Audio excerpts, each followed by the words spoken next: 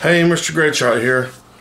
Well, I'm coming to you today because I have some bad news.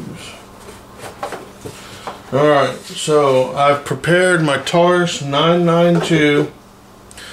Here it is, to be shipped back to Taurus. Yes, folks. Let me give you the gist. This is the 22 Magnum cylinder that's in it. Okay. It jams up. There it goes. It jams up right there. And I don't know why. I have no idea why. I think maybe the ejection rod might be bent or something like that. Anyways, I'm going to have them take a look at that and replace the extractor because it's chipping around the edges. I don't know if you can see that. And then I asked them about the rear sight. The rear sight, when you adjust it to the right, it can't. So if that's normal, then I have asked them to send me a scope mount because I'm not going to deal with that. I've owned a couple Taurus firearms in the past, PT-111 and PT-40, and never had a problem with those at all, ever. And I owned a Taurus 357 revolver too. Never had a problem. This is the first problem I've ever had with a Taurus. There, it's doing it right there. So there's definitely an issue with it, and I don't know what it is. So, anyways, it doesn't do it in single action, just does it in double action.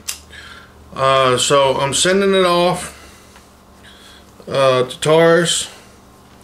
I've already filled out their little thing here. It's defining the problems and whatnot. For the most part, I've heard people say good things about Taurus and their service department. But I've never had experience with them as of yet. That's why I'm doing this video. I will try. I can't promise because I can't control what FedEx does, but I will try to videotape the process of going to FedEx and sending off the firearm to be repaired without the use of an FFL. Because in the state I live in, I don't have to use an FFL to send firearms in for repair, and the manufacturer will send it back to my house, and all I got to do is sign for it. I've sent several firearms back to Ruger, one back to Charter, one back to Marlin, and I just go down to FedEx and the next day hear it, insure it, and then it gets sent back to my house and I sign for it. So it's not a big deal here. I know some of you can't believe that, but also I'm making this video because when we bought our shotguns at Gander Mountain, that's where we got them, the sales guys there were 3 of them, kept saying we needed to buy this $29.99 warranty in case something happens to the gun. They won't charge us to ship it back and this and that. And I looked at them and I said, you're wrong. I don't need an FFL. He kept saying, well, it's illegal to mail the guns back to get them repaired if you're not an FFL. And I looked at him and said, no, it's not. I do it. I've done it quite often, actually. Okay, for whatever reason. And he said, well, you'll go to jail for that. And I said, that's a common misconception.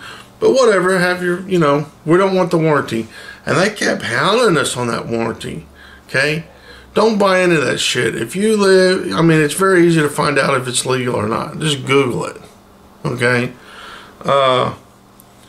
Do not ask, gun dealers and stuff like that, because, and don't buy into that, buy our warranty or we won't mail your gun back free of charge. Number one, I'm calling Taurus here in a few minutes, and they're going to give me a shipping label so it doesn't cost me anything to ship the gun to them. Now, some manufacturers, such as Charter Arms, I had to pay for that out of my pocket. They wouldn't give me a shipping label. But in return, I got a brand new gun. So, now with the brand new gun, they shipped it to an FFL, and I had to go there and do the paperwork, the 4473, and before I could take possession of the firearm. But if it was the same firearm, it would have came to my house. So don't buy into that shit where they tell you got to buy this warranty, or we're not going to ship it for you, or we're not going to help you out. Most firearm manufacturers will honor their warranties. Most of them don't have an express warranty, but they'll honor they'll fix the firearm for the life of the firearm. Some of them don't say it, but they do. Trust me, I've sent in some old fucking guns, and they've been fixed and didn't cost me nothing. I had a Browning high power that was made back in 1975. This is the only time, and this is the only time I've ever, and I haven't bought another Browning product since then. But the gun had just been shot out. It was loose and everything, but the reason I bought it was manufactured on my birthday. So, but the gun was so wore out, and somebody had put the wrong mainspring in it, that when you squeezed the trigger off the first time, it went full auto. Yeah, it was a wild ride. So I called Browning, told them what the problem was, you know, gave them the serial number of the firearm, and they said, yeah, we will rebuild that gun and make it like it needs to be for $65 an hour.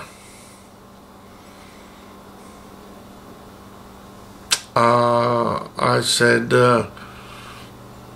no thank you, and can I talk to somebody else?